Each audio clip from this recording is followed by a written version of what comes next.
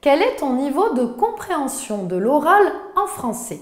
Dans cette vidéo, je te propose un quiz progressif pour évaluer ta compréhension de l'oral du niveau A1 au niveau C2. Alors, es-tu prêt à relever le défi? C'est parti! Apprendre, aimer le français avec Madame Fleu. Salut et bienvenue dans Apprendre, parler et aimer le français. Je suis Madame Fleu, je suis professeure de français pour les étrangers. Aujourd'hui, je te propose un quiz progressif pour tester ta compréhension de l'oral en français du niveau A1 élémentaire au niveau C2 expérimenté. Pour réaliser ce quiz, je me suis inspirée de l'épreuve de compréhension de l'oral du TCF tout public. Comment va se dérouler ce test? Vous allez écouter une fois un document sonore. À la suite de l'écoute, vous entendrez une question. Ensuite, apparaîtront 4 propositions de réponse. Vous aurez 10 secondes pour répondre à la question. Attention, la question est à l'oral car c'est un test de compréhension de l'oral. Vous aurez la question écrite au moment de la correction. Si pour vous c'est difficile et que vous avez besoin d'une deuxième écoute, utilisez les chapitres intégrés à la vidéo pour réécouter une nouvelle fois le document sonore avant de répondre à la question. Si c'est vraiment difficile, vous pouvez activer les sous-titres en français au moment de la deuxième écoute. Essayez vraiment que la première écoute soit sans sous-titres pour vraiment évaluer votre compréhension de l'oral. Prenez un papier et un stylo pour noter vos réponses. Attention, pour les questions A1, A2, il y aura seulement une question.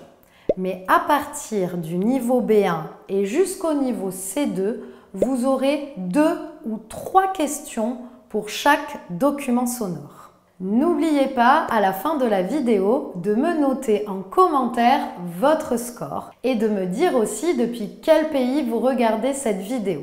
Allez, c'est parti, on commence. Première série de documents sonores niveau A1. Document sonore 1. Quand commencez-vous votre nouveau travail? 1. Depuis 3 mois. 2. Il y a 2 jours. 3. Dans une semaine. 4. Jusqu'à demain.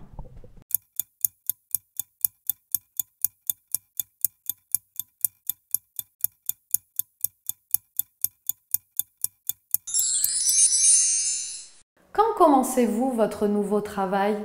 Dans une semaine. Document sonore numéro 2. Bonjour, j'ai réservé une table pour 4 au nom de Martin. 1.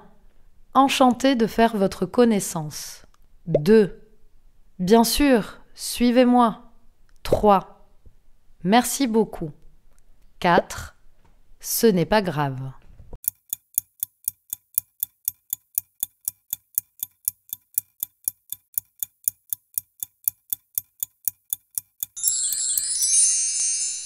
Bonjour, j'ai réservé une table pour 4 au nom de Martin.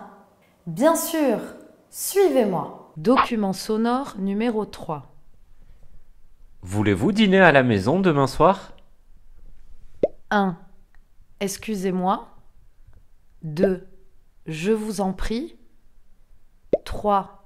Avec plaisir. 4. De rien.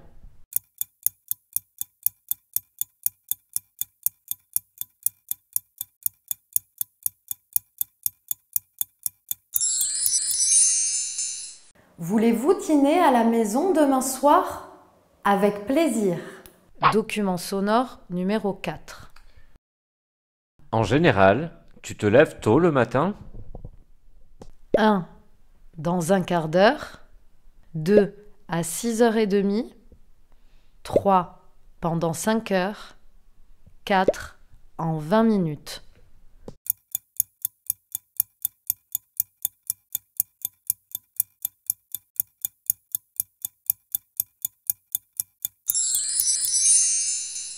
En général, tu te lèves tôt le matin à 6h30.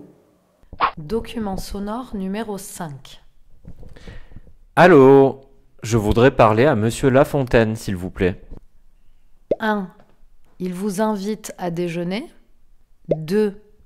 Il va partir en voyage. 3. Il a préparé son dossier. 4. Il est absent pour le moment.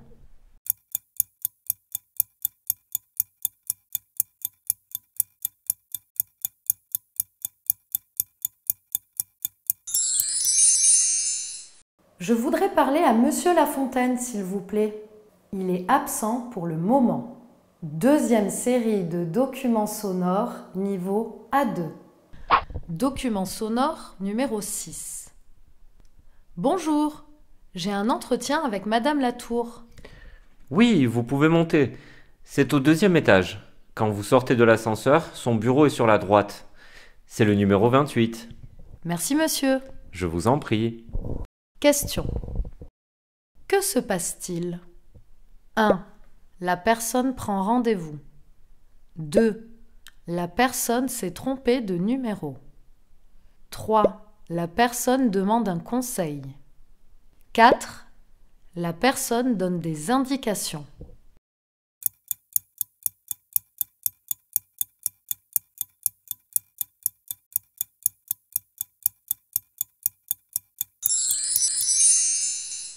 Que se passe-t-il? La personne donne des indications. Document sonore numéro 7. Salut Marie, c'est Nico. Je suis désolé, je n'ai pas pu te rappeler hier soir. J'ai fini de travailler très tard. Appelle-moi quand tu auras mon message. J'ai plein de choses à te raconter. Bise. Question. Que demande Nicolas à Marie? 1. De rappeler rapidement. 2. De laisser son numéro. 3. De donner une réponse. 4. De s'excuser pour le retard.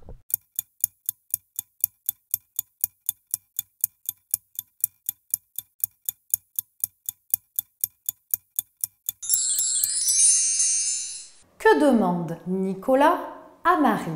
De rappeler rapidement. Document sonore numéro 8. Mesdames, Messieurs, bonjour. Bonjour, c'est possible de déjeuner? Nous n'avons pas réservé. Oui, bien sûr. Vous êtes combien? Nous serons 6. Une autre personne arrive dans 5 minutes. Très bien, suivez-moi. Question. Que font ces personnes? 1. Elles regardent le menu. 2. Elles attendent un ami. 3. Elles commencent à dîner. 4. Elles commandent à manger.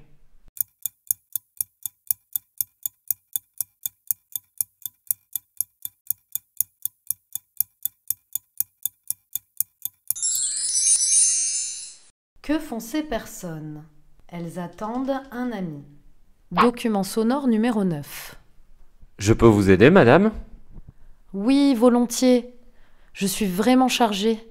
Il y a tellement de sacs. Je ne peux pas prendre tout cela toute seule. Donnez-moi ça. Vous allez à quel étage?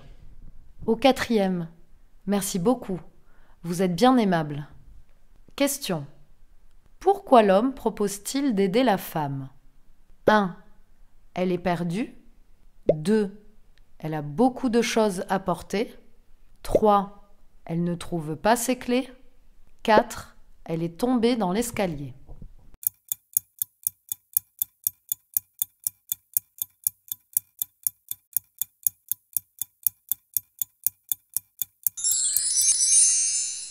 Pourquoi l'homme propose-t-il d'aider la femme?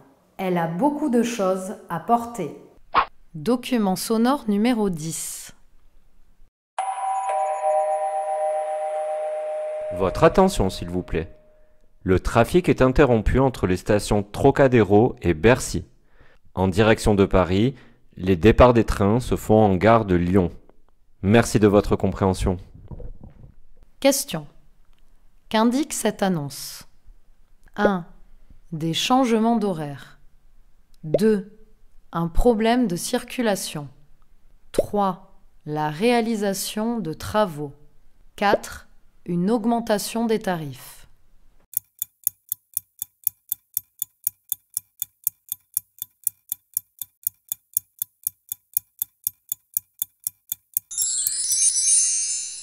Qu'indique cette annonce? Un problème de circulation. Troisième série de questions B1. Document sonore numéro 11. Bonjour madame, vous pouvez enregistrer ces livres s'il vous plaît? Oui, bien sûr. Attendez, non, c'est impossible. Vous n'avez pas rapporté vos précédents emprunts. Comment? Je viens de donner 4 livres à votre collègue des retours, juste avant d'aller choisir les nouveaux. Je ne comprends pas. Demandez-lui. Elle va sûrement me reconnaître. D'abord, c'est facile. Ils doivent encore être sur ce chariot derrière vous. Tenez, j'en aperçois un, le Grand Guide des Pyrénées. Pourriez-vous vérifier? Écoutez, moi je lis sur l'écran que vous avez 4 livres et 2 DVD à rendre avant le 29 août. Le 29? Pas du tout. C'était aujourd'hui la date limite et nous sommes le 17. En plus, je n'avais pas de DVD. Je suis abonné depuis si longtemps. Qu'est-ce que c'est cette histoire? Vous êtes sûr de m'avoir donné votre carte? Ce ne serait pas celle d'un membre de votre famille, Monsieur Catogan. Ah, votre prénom ne peut pas être Sarah. Non, Sarah, c'est ma fille. Question 1. Quelle est la raison de la visite de cet homme? 1. Il veut emprunter le Grand Guide des Pyrénées. 2. Il vient rendre et emprunter des livres. 3. Il vient rendre des livres et emprunter des DVD.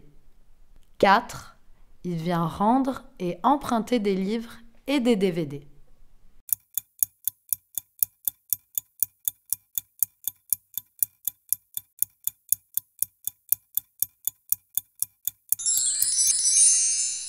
Question 1. Quelle est la raison de la visite de cet homme? Il vient rendre et emprunter des livres. Question 2. D'où vient le problème? 1. L'homme a gardé ses livres trop longtemps. 2. L'abonné a conservé les DVD.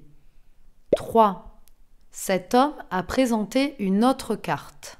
4. Une des bibliothécaires s'est trompée.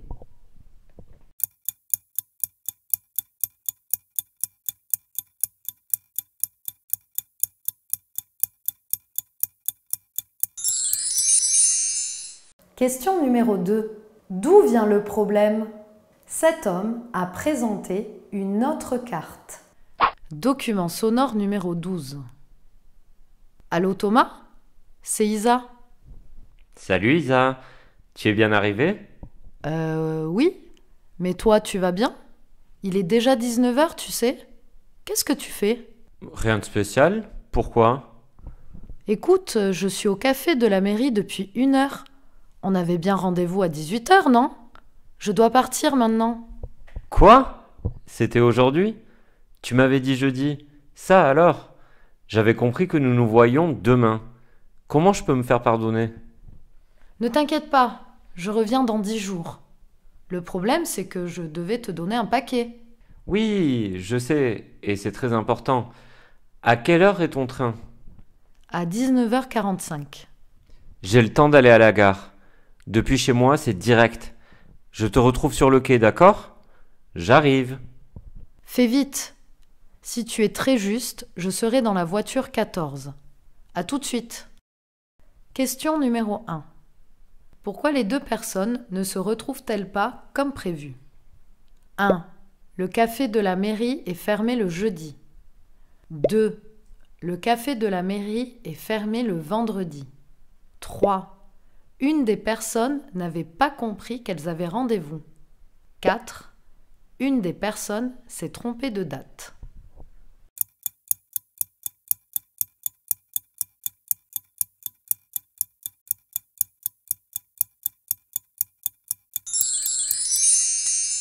Question 1. Pourquoi les 2 personnes ne se retrouvent-elles pas comme prévu? Une des personnes s'est trompée de date. Question 2. Où est Thomas pendant cette conversation? 1. dans une gare. 2. À la poste. 3. Chez lui. 4. À la mairie.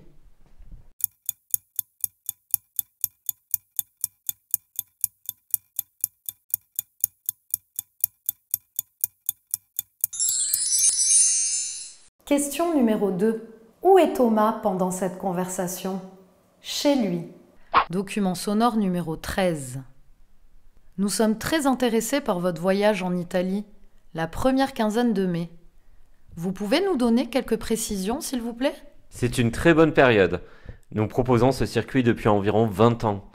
Un guide spécialisé parlant français vous rejoindra à votre arrivée et vous accompagnera pendant les nombreuses visites proposées. Vous serez hébergé dans des petits hôtels de qualité standard, mais très charmants en demi-pension. Vous avez lu les conditions dans la brochure, n'est-ce pas?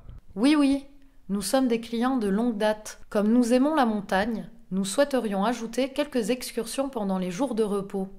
Bien sûr, il suffit de préciser au moment de votre inscription. Nous travaillons avec des agences locales très sérieuses et nos prix sont particulièrement avantageux.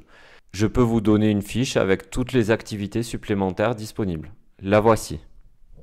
Merci.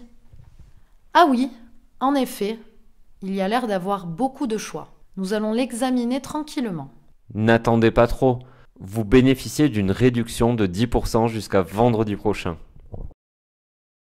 Question 1. Quel genre de voyage attire ses clients? 1.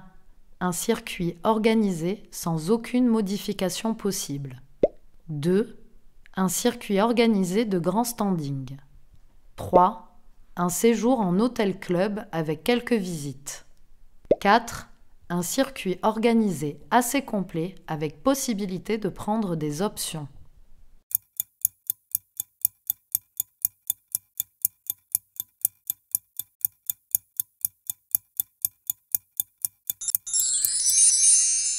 Question 1. Quel genre de voyage attire ses clients? Un circuit organisé assez complet avec possibilité de prendre des options. Question numéro 2. Qu'est-ce qui ne convient pas à ses clients? 1. Ils n'apprécient pas trop les jours de repos. 2. Il y a trop d'activités pendant le séjour. 3. Le prix du séjour est trop élevé. 4. Le voyage dure trop longtemps.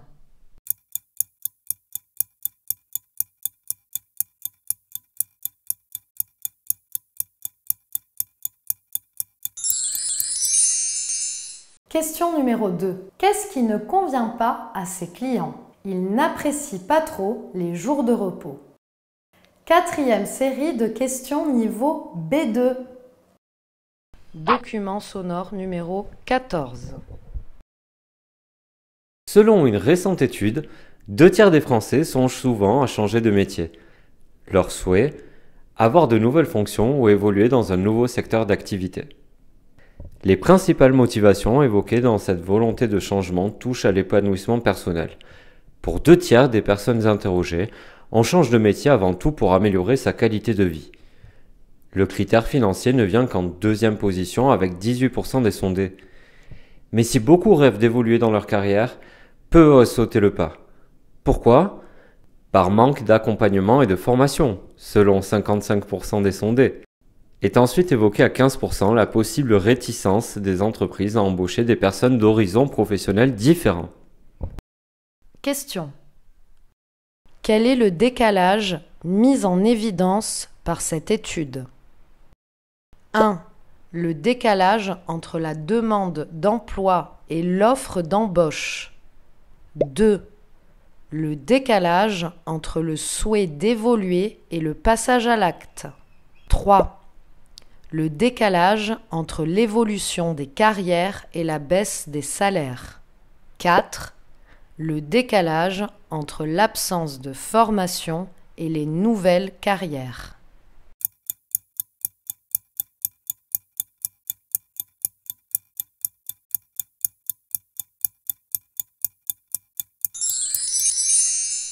Quel est le décalage mis en évidence par cette étude? Le décalage entre le souhait d'évoluer et le passage à l'acte. Document sonore numéro 15. Les transports aéronautiques avec une innovation au rayon des transports à bord des moyens courriers. Prendre l'avion à moindre coût, c'est ce que nombre d'entre vous font déjà depuis plusieurs années en achetant des billets à des compagnies dites low cost. Une naissance prévue dans ce secteur avec l'ouverture prochaine au printemps de Transavia.com, une filiale d'Air France. Paul Touraine nous explique tout. Depuis plusieurs années maintenant, les voyageurs malins connaissent bien le low cost. La compagnie Air France, via une filiale qui sera mise en service au printemps, va permettre, elle aussi, de se déplacer à des prix parmi les moins élevés sur le marché. Quelles destinations sont visées ?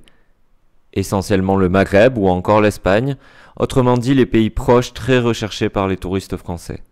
À qui s'adressera cette nouveauté ? À vous et à moi directement, c'est-à-dire à des personnes privées, celles qui achètent des vols secs, mais aussi aux agences et clubs de voyage qui en feront bénéficier leur clientèle. Pour quelle raison cette arrivée ? Air France commercialise déjà cette formule, mais sa direction entend toucher les millions de consommateurs qui se rendent dans le bassin méditerranéen et recourent à des opérateurs étrangers basés en général dans les pays visités. Tunisie, Maroc, Turquie, Égypte ou autres. Il s'agit plutôt d'ailleurs de charter que de low cost, rares sur ces destinations. Le PDG de la compagnie nationale s'est montré sûr de la réussite de cette offre, aussi bien auprès des personnes privées que des tour opés, des agences de voyage. Question numéro 1. Qu'est-ce qui, dans l'actualité, justifie la diffusion de l'information ? 1. L'organisation du premier salon aéronautique pour les transports de moyens courriers. 2. Une innovation de la compagnie nationale. 3.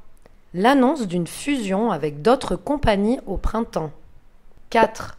L'ouverture d'une filiale spécialisée dans les clubs de voyage.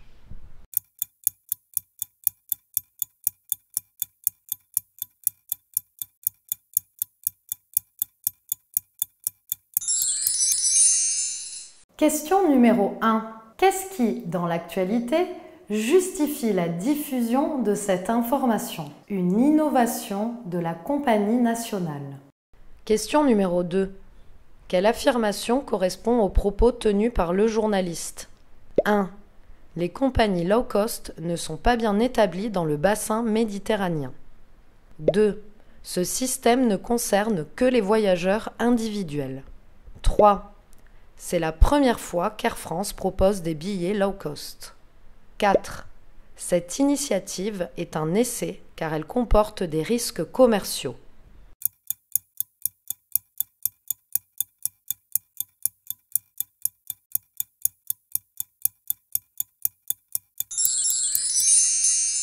Question numéro 2. Quelle affirmation correspond aux propos tenus par le journaliste ? Les compagnies low cost ne sont pas bien établies dans le bassin méditerranéen.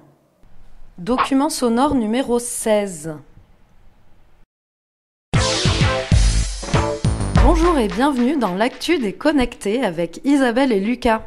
Bonjour Isabelle, j'ai relevé cette semaine des infos un peu partout dans les pages économie de plusieurs quotidiens. À croire que c'est l'époque des bilans pour le commerce sur Internet. Moi aussi, j'ai vu ça à la devanture des kiosques. Aujourd'hui, donc, la conso des Français sur Internet. Vous corrigerez mes erreurs, comme toujours, si je me trompe. Comptez sur moi, Isabelle. J'ai donc appris que 15 millions d'achats ont lieu sur Internet pour la France au premier trimestre de cette année, à hauteur de 90 € par transaction en moyenne. Quant à la répartition démographique, eh bien, 43% des clients sont en fait des clientes, des femmes. Donc 57%, la majorité revient aux hommes.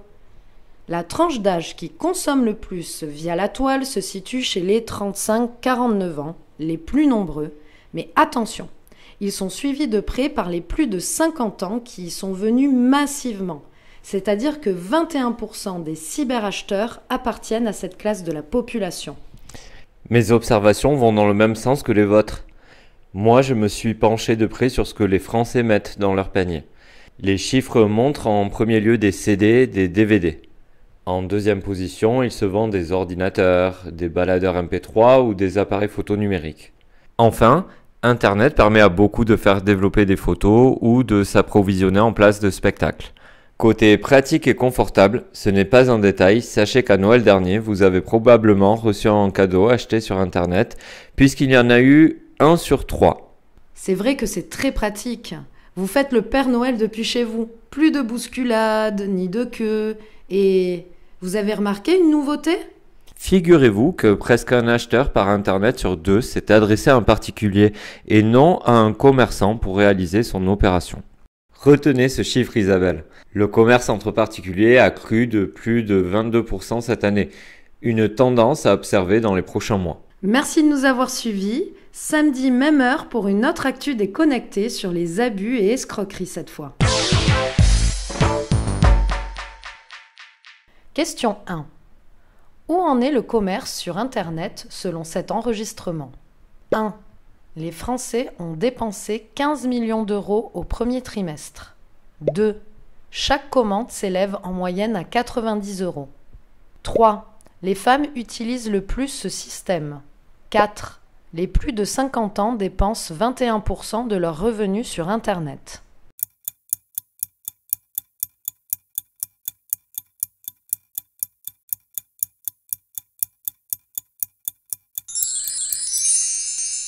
Question 1. Où en est le commerce sur Internet selon cet enregistrement ?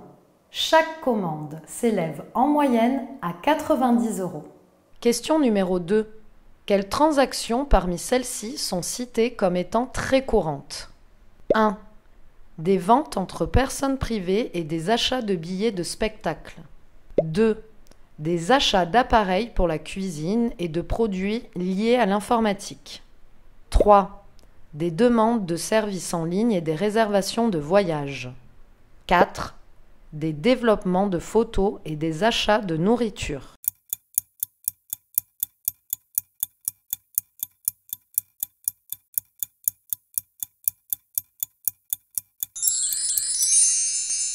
Question 2. Quelles transactions parmi celles-ci sont citées comme étant très courantes ? Des ventes entre personnes privées et des achats pour des billets de spectacle.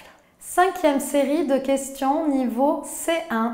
Document sonore numéro 17. La salle d'un restaurant est disposée de façon à placer le même nombre de tables le long des murs qu'au centre de la pièce. On remarque alors que les individus solitaires choisissent 4 fois plus souvent les tables le long des murs que les autres tables. C'est le contraire chez les personnes en groupe. Celles-ci préfèrent s'asseoir aux tables placées au centre de la pièce. Il est également étonnant de constater un rapport entre le nombre de coups d'œil portés autour de soi et la place occupée. Les individus assis seuls au centre de la pièce regardent plus souvent autour d'eux que ceux qui sont assis seuls le long du mur. On ne retrouve pas ces résultats lorsqu'il s'agit d'un groupe. Le nombre de coups d'œil aux tables alentours est le même que les groupes soient placés le long du mur ou au centre. L'auteur de l'expérience en tire la conclusion suivante. Il s'agirait d'une persistance de réflexes archaïques. L'acte de manger est en effet une activité dangereuse pour de nombreux animaux. Or, le groupe pourrait protéger et sécuriser l'individu lors de cette activité. Question 1. Sur quoi l'expérience au restaurant dont il est question porte-t-elle ? 1. Sur les réactions humaines dans un contexte spécifique. 2. Sur les habitudes alimentaires de certaines espèces animales. 3. Sur l'importance des serveurs pour la popularité du restaurant. 4. Sur l'influence de l'orientation du mobilier sur l'humeur.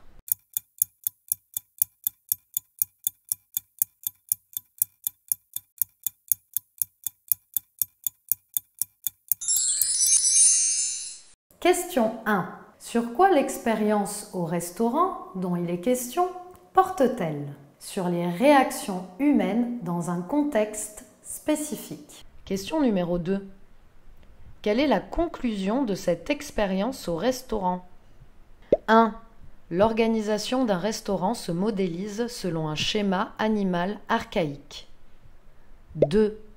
La solitude peut être considérée comme indissociable de l'acte de manger. 3. les mécanismes anciens hérités des animaux ressurgissent chez l'homme. 4. La composition de certains aliments constitue un danger pour les animaux solitaires.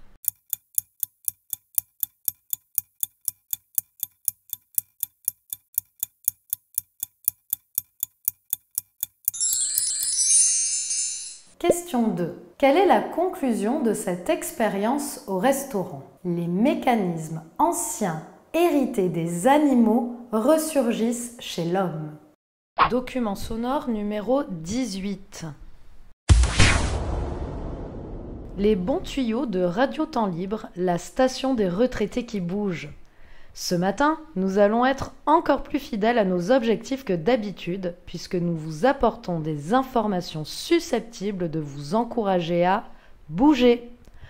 Occupons-nous des vacances, qui ne sont pas réservées à la seule population dite active.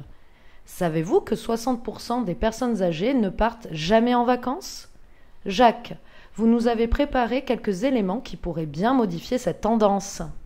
Oui Hélène, intéressons-nous d'abord au programme Vacances Seniors. Bonne nouvelle, ce qui n'était qu'une expérience jusqu'à hier va désormais s'appliquer à toutes les régions. De quoi s'agit-il? Vous avez de quoi noter? Retenez ce nom. L'Union nationale des associations de tourisme. En effet, c'est important car cet organisme, donc, l'Union nationale des associations de tourisme, consent aux plus de 60 ans des tarifs réduits dans les villages de vacances. Renseignez-vous sur Internet ou contactez notre site. Ce n'est pas tout. Une autre option consiste à choisir de partir pendant que les autres travaillent. Ce principe fait déjà le bonheur d'un certain nombre d'entre vous et c'est pourquoi il mérite l'attention générale. Que penseriez-vous de séjourner à des conditions extrêmement avantageuses dans les pays du Maghreb? Pour 1030 €, vous passez 7 semaines en Tunisie ou alors pour 1090 €, vous vous prélassez 3 semaines à Marrakech en pension complète avec le transport aérien. La raison est claire. Si les hôteliers veulent garder leur établissement ouvert et faire travailler leur personnel, ils sont obligés de recevoir des clients. Voilà pourquoi ils proposent de très longs séjours de 3 à 6 semaines en général à des prix extrêmement avantageux. À propos d'avantages, justement, vous bénéficiez de bonnes structures avec de bons services. Tout est pris en charge. Les repas, les activités quotidiennes à disposition dans de tels hôtels ou des clubs de vacances. Une relative diversité car cette offre concerne tous ceux qui sont disponibles en basse saison, pas de ghetto. C'est plutôt mieux que de rester seul chez soi à s'ennuyer plus ou moins ou de rencontrer uniquement des personnes de la même tranche d'âge. Convivialité donc et aussi un climat agréable. Le soleil n'est pas toujours là en hiver au Maroc et en Tunisie, mais tout de même. Alors, maintenant, les inconvénients. Ne partez si vous ne souffrez pas de problèmes de santé graves, parce que le Maroc et la Tunisie ne disposent pas de structures sanitaires équivalentes aux nôtres. C'est donc le seul obstacle. Question 1. Qu'est-ce que la formule vacances seniors? 1. Il s'agit d'un système de vacances à l'étranger pour les Français âgés. 2. C'est une organisation de vacances d'hiver pour les plus de 60 ans. 3. Elle offre des tarifs très réduits dans le Maghreb en saison creuse. 4. Des associations aident certaines personnes âgées à accéder à des villages vacances.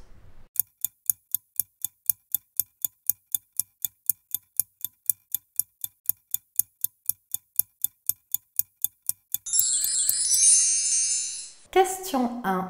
Qu'est-ce que la formule vacances seniors? Des associations aident certaines personnes âgées à accéder à des villages vacances. Question numéro 2. Quel aspect des systèmes de séjour à l'étranger évoqués dans l'enregistrement est cité? 1. Les dépenses salariales des hôteliers sont rentabilisées. 2. Les générations peuvent se rencontrer. 3. Le logement et la nourriture sont assurés, mais pas les distractions. 4. Les frais de santé éventuels sont à la charge des vacanciers.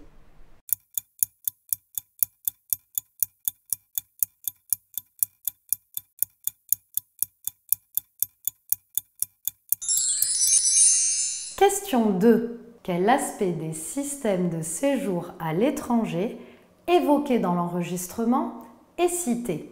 Les dépenses salariales des hôteliers sont rentabilisées. 6e et dernière série de documents sonores niveau C2. Document sonore numéro 19. La procrastination, c'est repousser quelque chose et ressentir une réponse émotionnelle qui se traduit par un sentiment de culpabilité ou d'anxiété. En outre, procrastiner implique ressentir ce report comme irrationnel. On sait que le moment pour agir est maintenant, et pourtant on fait tout sauf cela.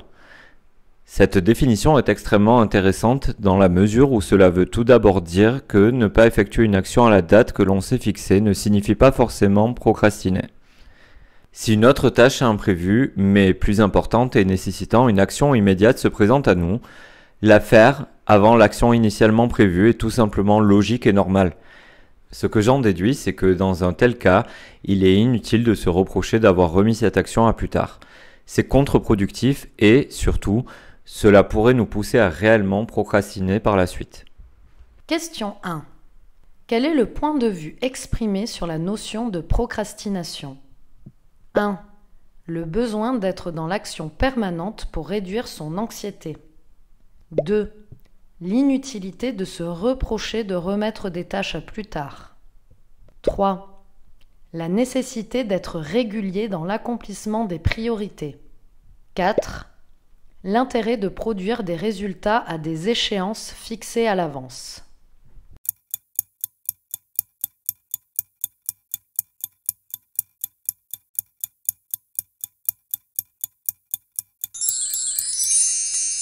Question 1. Quel est le point de vue exprimé sur la notion de procrastination ?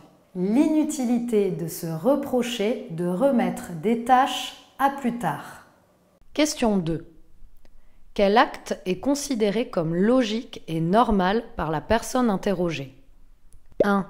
Savoir introduire de la nouveauté dans son agenda. 2.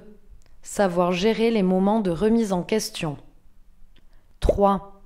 Savoir donner des priorités aux actions à mener. 4. Savoir repousser les limites pour être productif.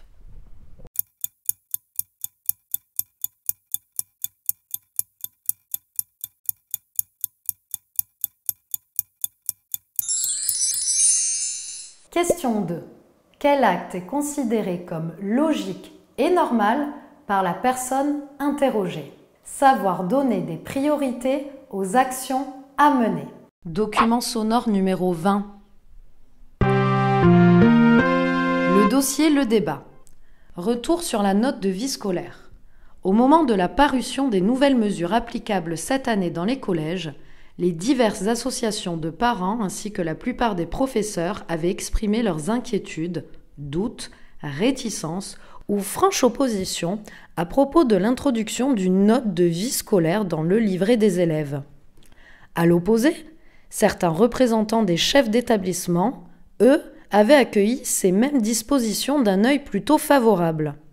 Les conseils de classe se tiennent actuellement.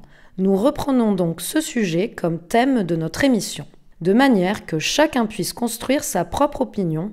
Commençons par examiner le point le plus controversé, la note de vie scolaire. Qu'est-ce qu'elle sanctionne ? Quel est son impact ? Nicolas Garibaldi. Dans les classes allant de la 6e à la 3e, depuis la rentrée, les enseignants savent qu'ils devront faire figurer une note de vie scolaire chiffrée de 0 à 20 sur le bulletin trimestriel de chacun des élèves. Ce document qui est adressé aux parents à l'issue du conseil de classe auquel assistent des représentants de parents et d'élèves, je le rappelle. Les indications officielles stipulent que c'est un comportement général qui est évalué au travers d'une activité, d'un investissement particulier de l'élève dans un domaine précis. La note maximum doit de ce fait être monnaie courante. Il suffit de respecter le règlement intérieur, de se montrer assidu et ponctuel. Résultat, elle n'a pas entraîné de baisse dans la moyenne. Si c'était le cas, elle constituerait une deuxième pénalisation puisque l'élève a déjà reçu un avertissement ou toute autre sanction appropriée. Les uns affirment qu'elle ne saurait défavoriser les élèves, les autres dénoncent une double peine. Merci pour ces précisions, Nicolas Garibaldi. Et nous allons maintenant donner la parole à nos invités. Question 1. L'application de la nouvelle mesure présentée concerne 1. Les élèves de tous les établissements scolaires français. 2. Essentiellement les adolescents. 3. Les enfants scolarisés dans les centres classés en zones difficiles. 4. Les jeunes fréquentant les collèges et lycées d'enseignement général.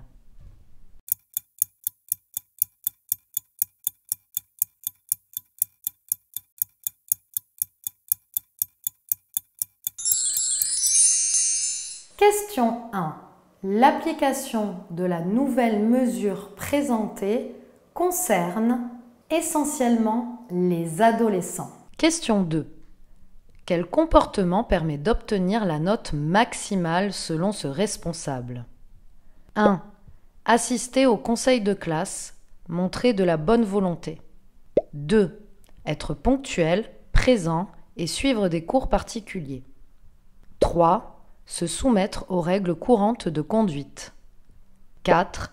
S'investir dans les activités périscolaires.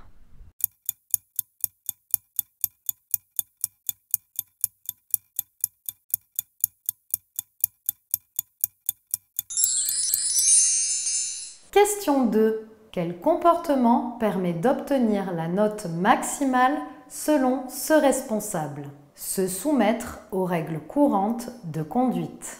Question 3. Quels arguments sont avancés en faveur de cet outil d'évaluation? 1. Cette note sanctionne une aptitude à accepter la discipline. 2. C'est un moyen de relever la moyenne scolaire des élèves. 3. Des intervenants extérieurs à l'école observent le comportement des intéressés. 4. Il s'agit d'une garantie contre la double sanction.